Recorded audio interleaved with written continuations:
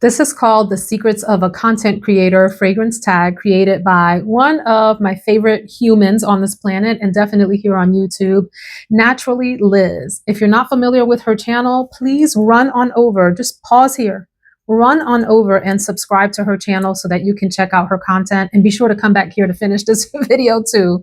Love me some Liz. We are similar in age, and I've gotten to know her a little bit more here as a YouTube friend and just find her so delightful, so authentic, and everything I love about being connected to other content creators on YouTube. So this is her content tag video here. She's got 11 questions, and I was listening to this as I was getting ready today to film today and thought, I'm just going to go ahead and add this on to the video lineup for the day. Totally off the cuff here, and I'm sure I'm going to forget to say a lot of things that I will have wished I remembered later on.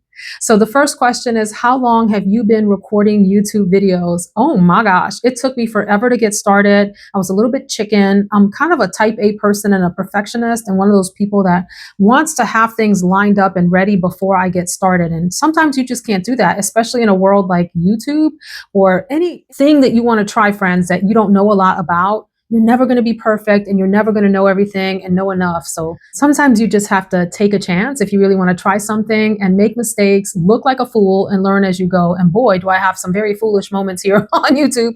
I started in December of 2020. So we were thick into the pandemic then. And, we were all home. I thought it'd be great to start a fragrance channel. I've been into fragrances for forever. Actually, excuse me, I'm telling y'all a lie. I didn't intend to start this as a fragrance channel. I wanted to start it as a general beauty channel with fragrance incorporated. So I would have a scent of the day, and then I would have my makeup of the day. And if you remember those very early videos, for those of you that have been around, I would lay out all my little makeup products and walk y'all through what I used for the day, and then talk about my scent of the day. And I didn't show my face in those first videos, mostly because I was really concerned that someone from work would see that I had a YouTube video, and then I would be embarrassed to be around them, because the kind of work I do is such a departure from what I do here on YouTube. I'm in this really sort of heady intellectual work community that is nothing like the beauty space here, that is really all visual and aesthetics and frivolous and fun. Right? Two completely different ballparks. So I didn't want to embarrass my professional self by someone seeing me doing this just fun, frivolous content on YouTube. And then after a while, I got bold enough and came on camera, showed my face, and then, it was history from there.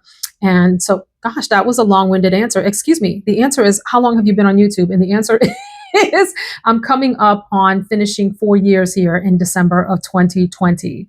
And I have filmed well over 500 videos for YouTube. In fact, I deleted some of the videos that were just the most embarrassing and cringy, but there are still plenty of embarrassing, cringy videos, especially at the start, and maybe even from last month. Sometimes I don't know what's going to come out of this mouth if you want to go laugh at some of my content. So 4 years is the answer. Whew. Question number 2, do you record on a phone or a camera? I've been recording on my camera the entire time. I am tech averse. I know just enough technology to maneuver in the world and do things online. I operate online and pay my bills online and all that sort of stuff. But in terms of setting up a camera and then having to transfer the camera content onto my computer to edit my videos, that's way too much fuss for me. I record right on my camera. I have my editing software right on my camera. I just do it in one place. And I don't want to be carrying around my laptop to edit from. And so I just like the convenience of the phone. Is it the best quality? I have no idea, but this is what's been working for me so far, and I plan to continue it. Do you record in HD, high definition, or 4K? I do record in 4K. Since I got my newer phone, I have a Samsung Ultra 22 and now a 24.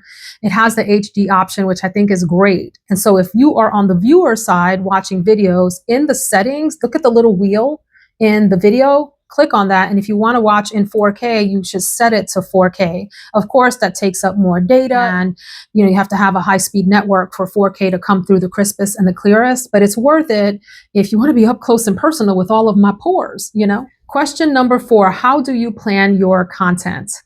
So when I first started my channel, the goal was to do my makeup and scent of the day. So I did that every day for a long time. burned myself out doing that. I couldn't keep up with the pace of that. And I think people lost interest because there are people that like fragrance but don't like makeup, and then people that like makeup but don't like fragrance. So I decided to separate the two, do makeup on a whole different channel called Essential Veronica. If you're interested, y'all, we chat about everything over on that channel. Life and all of its joys and griefs and everything. So that's that channel. And then I wanted to focus this channel just on fragrances. Was that the question? How do you plan your content? That was not the question. So how I plan my content is I try to think of themes of fragrance videos that I think a lot of people would enjoy watching. On occasion, I do content that I know is not going to be popular, but that I really enjoy. For example, single house reviews tend to not get as much views on your channel. And it's a little bit tricky to do that because YouTube operates using an algorithm. And what that means is if you are a popular content creator where people are constantly clicking on your channel and you have what's called a high click-through rate, meaning that when people see your thumbnail, they're clicking on it quickly and in a higher percentage than other people's thumbnails, and people are clicking on those, right? So that's called your click-through rate. The higher your click-through rate is more consistently on your videos, back to back to back, the more YouTube is likely going to be pushing out your content as soon as it posts. So anytime that you take the risk to film a video that you think is not going to be quite as popular, you are potentially, no one really understands how the whole algorithm thing works. We just think we know, but there's the potential that you're hurting your standing in the algorithm world. So what I mean by that is, like, I posted an earthy fragrances video a while back, and I love that category, but not very many people do. I wanted to post about it anyway, and I took the risk knowing that lower views on that may affect my overall channel's trajectory and growth over time. So you kind of got to be careful about that. So that was a long-winded answer. How do I plan my content? I try to think about themes that people would enjoy, but that I also like too. I don't ever want to film content that is of no interest to me, but that I think is popular for other content creators. That just doesn't feel genuine. So I also try to have some evergreen content, like my fragrance awards that I do every month. People seem to enjoy that. So I'll keep doing that as long as people enjoy that content. And then I try to do some seasonal content as well, because people are looking for that and I enjoy doing it. I still didn't answer the dang question. How? I write it down. Liz, I write it down. I have a little notebook that I write my ideas down in. And then also on my phone, I have something called Evernote, an application called Evernote. And I have a note that I just jot down my thoughts in. Number 5, do you batch record? Absolutely. This is video number 3 for today. I film on Sundays for the most part, sometimes on Saturday, occasionally during the week. But I have a steadfast rule, and that's that my YouTube activities cannot in any way interfere with my regular work life. This is a hobby that I want to treat as a hobby, and it is not a second job for me, although it feels like that sometimes because of the amount of hours that I put into it. You'll hear a little bit more about that in a minute.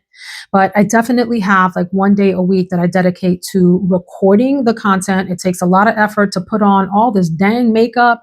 Do we have to wear makeup? No. Do I enjoy wearing makeup? Yes. Do I like occasionally putting on some false eyelashes for y'all? Yes, you guys. And I like to dress up and do my nails and put on some jewelry and things. I enjoy that. The filming itself takes a lot longer than anyone would ever imagine. Like what you see on your end, it takes us a gazillion, trillion, billion hours over here on this side to even put together. We'll get into that in a minute. But yes, I batch record for my own sanity. Number 6, do you record your videos in one take? I'm not sure, Liz, what you mean by one take. I take that to mean you press record and you don't stop it and redo. And based on the answer that Liz gave, where she has sometimes had to record videos over again, I think a couple of times I've had to do a video over because the sound didn't take, but for the most part, I record in one take, meaning I start the video recording. I will pause sometimes to get my thoughts together, to arrange my fragrances, to drink some water. You know, you got to hydrate while you're sniffing fragrances so that your nose is, do you know that? Do you know that? There's this whole sort of, I don't know if it's a myth or there's some science behind it, but as you're sniffing fragrances, hydrating your actual palate in your mouth has some effect on the way that your nose perceives fragrances. So I try to keep like, water close by to hydrate in between sniffing fragrances so I refresh myself and can give you all the best thoughts possible. What will happen though is I stumble over my words so much. I am goofy AF, you guys. I will mumble jumble my words and have to stop, like pause and then restart the sentence again. So that all gets edited out. Sometimes it makes it into bloopers very occasionally. But yeah, there are times when I will repeat entire portions of videos because I feel like I sounded like a buffoon as I was talking about a particular fragrance. The next question, 7, is how long does it take you to edit one video? Y'all know that I can ramble on and on. So my videos are typically like by the time I finish recording it, I will have 40 minutes to over an hour of content sometimes for one video. Sometimes the content goes into an hour and 10 and an hour and 20 minutes and so forth. Like, Lord have mercy.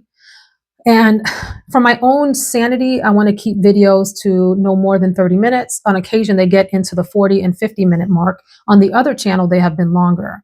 If I have an edited video that's 20 minutes or less, that's like a miracle for me because I don't know when to stop talking, y'all. But in terms of editing, the longer the video, the longer it takes me to edit. And I will say for like, let's say a typical 30-minute video, it's a good 5, 6, sometimes 7 hours of editing. I know that that sounds absolutely insane on the viewer end. Like, how in the world could it take you that long to edit? Well, on some of my videos, you got to stop and you got to put in the text. You got to put in the transitions between scenes. You have to shorten things. You have to go back and make sure that the way that you've stitched the little pieces together is coherent and makes sense, and you aren't like too choppy with, I forget what the word is called, jump scenes or jump breaks or something. There's a term for it in filmology. Is filmology a thing? Cinematography. I'm not making up words here, but where you're cutting a scene and like I'm over here in one side and all of a sudden I appear over here in the second part of the scene because there's a harsh transition, things like that. And in videos where I actually have the cutout of the fragrance, like the picture, and it's sitting in the corner, those take very long to edit because I've got to go get the picture off the internet. I've got to remove the background. I have to position it on the screen. I have to put the text and the picture. I have to time it so that they show up together and they get off the scene together and all of those kinds of things. And you know, it's something that if you're a content creator, you appreciate the amount of time and effort that goes into that. And if you're not, you just don't understand, and that's okay. Like, you don't need to understand as a viewer. It's nice if it's appreciated, but I wouldn't expect people that aren't editing videos to have any sense of how long it takes to get a video together. Not to mention if you have music, if you have references to other things, God forbid you have a picture in picture, meaning like a little video that's running, you know, up here in the corner or something as you're talking. All of those things take time to queue up and line up, and all of those seconds and minutes add up into hours and hours of editing. And so even though Sunday is my filming day, I will edit all throughout the week so that it posts the next weekend or even the weekend after. Like, sometimes my content doesn't post until 2 or 3 weeks later, you know, and some content creators have bulk filming that takes them a month out because of their other demands in life. They try to like front load all their filming and all of that. So that was a long-winded way of saying it takes forever and a day to edit a video. I can't even imagine like the Mr. Beast types of videos. If you don't know who he is, check out a video or two of his. He's one of the largest YouTubers in history, makes a ton of money. Like, he lives off of YouTube. That is his job. He has millions and millions of views on his videos, and his videos are so dramatic. They're like top tier class A productions, and it probably takes him and his team of people months and months to edit their videos. You know, it's just me here. I don't have a professional editor. I haven't hired my editing out like some content creators do. I'm not opposed to that. I don't do that myself. So it's just me. All right, let me move on because I can go on and on about that. Question 8 is, do you work full-time in a traditional job, or are you a full-time content creator? If you do work a traditional job, do you work from home or do you travel? I do work a full-time job. I am employed by someone else. I am not self-employed. I love my job. It is highly demanding. So no, I am not a full-time content creator. Do I hope to be someday? I really have no answer to that question. It's not something that I would likely even consider until after I retire. And I probably have 15 years to retirement. And in the meantime, I'm just going to do this as a hobby for fun and for connection with all of you. I work a full-time job that is very, very demanding. And my work weeks, it's very rare that I have a 40-hour work week. It's typically 50, 60, sometimes 70 hours a week. And I love it. It's really demanding though, and it's very heady and very intellectual, the work that I do. So this is sort of a nice reprieve and escape from having to like live in your head and do all of that kind of work. I do work from home. We have offices. Our company has offices, but I happen to be not near an office. So I work from home full time, and I do occasionally travel. I'll be traveling a few times here in October, for example, to some of our different offices for some of our strategy meetings and so forth. Number 9, have you ever been recognized by a stranger from being on your channel? If so, how did it make you feel? Thank God the answer is no. If someone has seen me in public and recognized me, they have not said anything to me. I would be mortified if someone walked up to me and said, "Aren't you Veronica?" And the reason for that is, friends, I am usually in my deepest, like bummiest stage when I am out in public. Y'all, I walk out of this house with leggings on, a t-shirt, and if I comb my hair from a day-to-day basis, I'm kind of kidding. I mean, I don't look that tragic, but there are occasions that I look a little bit thrown away, as the expression goes, and tragic out in public, especially when I go out to self-tan. Like I go to a booth that does a spray tan for me every week or a couple of weeks. On those days, I'm wearing like a muumuu.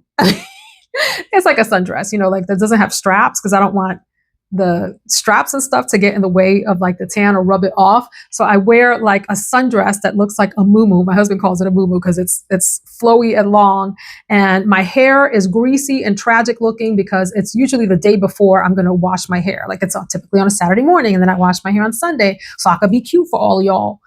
But I cannot imagine running into someone when I look like that. I would want for the ground to open up and swallow me whole. So if you ever see me in an airport or at the supermarket, please be gentle with me because I will probably be mortified that I look how I look. But I will be so flattered and delighted to meet someone who watches my channel in public. So there you go. Question 10, is there one perfume you love that everyone else seems to dislike? Or do you dislike a perfume that everyone else loves? I'll answer the second part first and then go back to the first. The second part, the fragrance that comes to mind, I don't hate it, but there was something about it that kind of bothered me, and everyone just freaking loved it. Actually, there's a bunch in that category, but the one that comes to mind lately here is Silk Santal. Is that what it's called? From the wedding collection from Kayali, the one in the white bottle that has what looks like little lights, string lights on the front. People went absolutely ape shit over that. Did I just cuss on TV? Ape shit. This isn't TV, this is YouTube. Excuse yourself, Veronica. You are not a celebrity. They went crazy over Silk Santal. And I smelled it. I bought a full bottle and I thought, this is okay. There was something in it that was a little bit aggravating to me. So I ended up selling it to a friend of mine. But I don't understand the hype on that fragrance. The same is true of some very literal gourmands where I'm like, I guess, it smells like a gourmand, but I don't understand what the big deal is. There were a few others here this summer, like Nota Sugar, that a lot of people loved. And I was like, I don't know about this. Oh, wait a minute. Celeste from Giardini di Toscana. I remember smelling that and going, I don't understand. I just don't understand what the big deal is here. Mind you, watch me try it again in a few months and end up with a full bottle on my shelf because I fell in love with it all of a sudden. And then another one that I really wanted to love was Blue Turquoise from Armani Privé. That's one that I may revisit, but I remember feeling like it was so off-putting and sharp when I tried it on. I was shocked that people love that fragrance. And I probably have the same thing to say about 5 or 6 other fragrances that I can't recall. And then on the other side, a perfume that I love that everyone else seems to dislike. It's not a particular perfume, but it's a house, and that is Tiziana Terenzi. I adore many, many fragrances from that house. Not all have been wins, but the majority are strong likes or loves. And I think that is because there is a really particular type of musk in the line that is potentially overpowering for people. And I get it. I can understand why people are off put by that. I happen to love it. And my husband likes the line as well. So we're pretty happy with the Tiziana Terenzi fragrances in this house, but that's one. And then this next question is one that I could probably honestly, I could go on and on for hours about this. If you could go back and give yourself one piece of advice before you started your YouTube journey, what would that be? And it's really just wrapped up that question for me in everything that I think about YouTube, content creation, FragCom, some of the shenanigans in FragCom, the reactions that the audience has to FragCom, and everything in between, and it's all over the place. So it's this whole sort of universe of thoughts that I would love to share at some point, but I don't know if there's a tolerance for hearing it out in the audience. So I've narrowed it down to 3 things for this question. The first one and the most important thing is to remember that comparison is the thief of joy. Thankfully, that is something that I have kept in mind the entire time. But there are moments where I'm like, I wonder about, and then I'm like, no, don't even go there in your mind and just leave it alone. What do I mean by that? Comparison is the thief of joy. When you think about something like content creation on YouTube or any platform, the way that you show up to your audience and how they connect with you is like a thumbprint, a fingerprint. It is unique to you and who you are, the personality that you bring, the style that you bring, the dispositions that you display, your opinions on things, the way that you edit your videos, even down to how you look. People connect with you based on how you look. It is the truth. You know, you see people in videos and there's something about the way that they look that you either connect with or you're like, ooh, I don't know about this. You know, humans are that way. You can't deny it. And I don't mean that people are just like attracted to attractive people on YouTube. I'm not talking about that. I'm talking about, do you like the way that the person appears? Is there something about their demeanor, their mannerisms, their physical appearance that resonates with you? Could you see yourself being that person's friend? Do you like the way they look, whether or not they are an attractive person? Is it okay to you that the person shows up in, you know, a t-shirt and a ball cap? Or do you prefer for someone to be made up, glammed out with fake lashes and everything? You know, like, how is it that you want to connect with the people that you watch? So, not comparing yourself to others and realizing that everybody shows up in their own unique way, and that whether or not someone else is appearing to grow quickly or grow slowly or not grow at all may or may not have anything to do with how you are running your channel and whether your channel is growing, not growing, stagnant, losing subscribers. And so it's very easy in this space because you're just talking to a camera.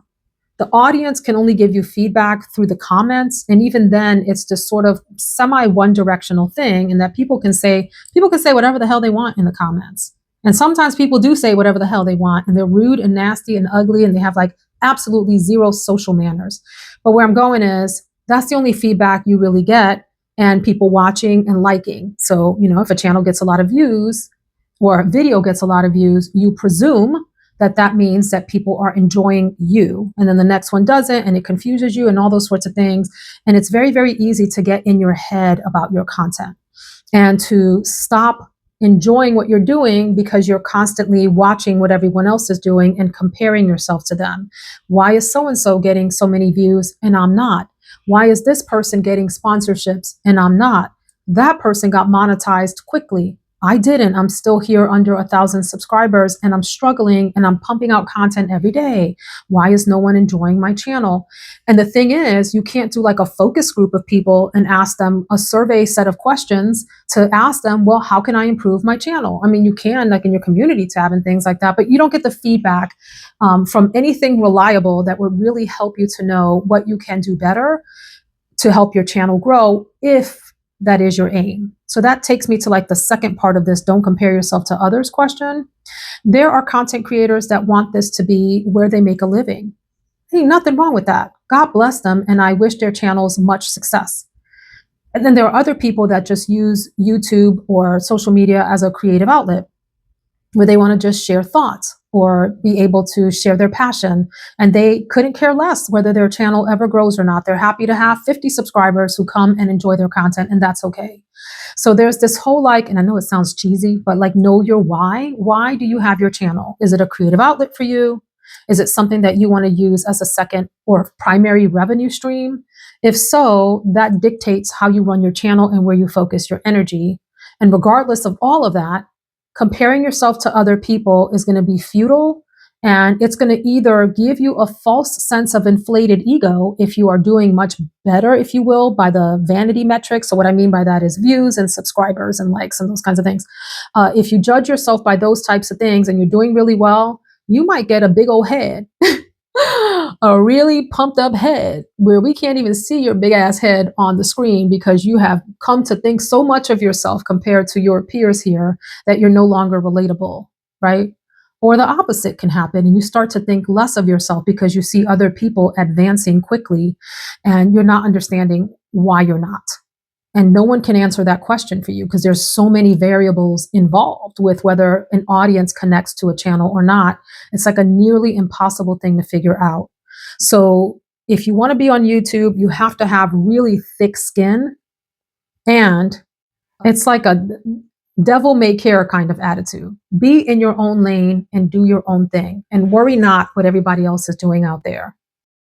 Well, I had about 20 more minutes of rambling here and decided to cut it. One, because it really wasn't in keeping with the question that Liz asked, and two, because it started to go into a negative direction with advice for really new YouTubers and things to watch out for, and that just didn't feel right for this video. So I cut that So out. There's a lot more to say on that, but I think I will put a pin in it at that moment and pause here. And thank you, Liz, for creating this tag. If you're a content creator, whoever you are out there, no matter the size of your channel, big, small, whatever, you're welcome to do this. I'd love to hear your responses too. And you all be sure to go check out Liz's video. I'll link it down below as well. Thanks so much for listening to me ramble. Y'all take care.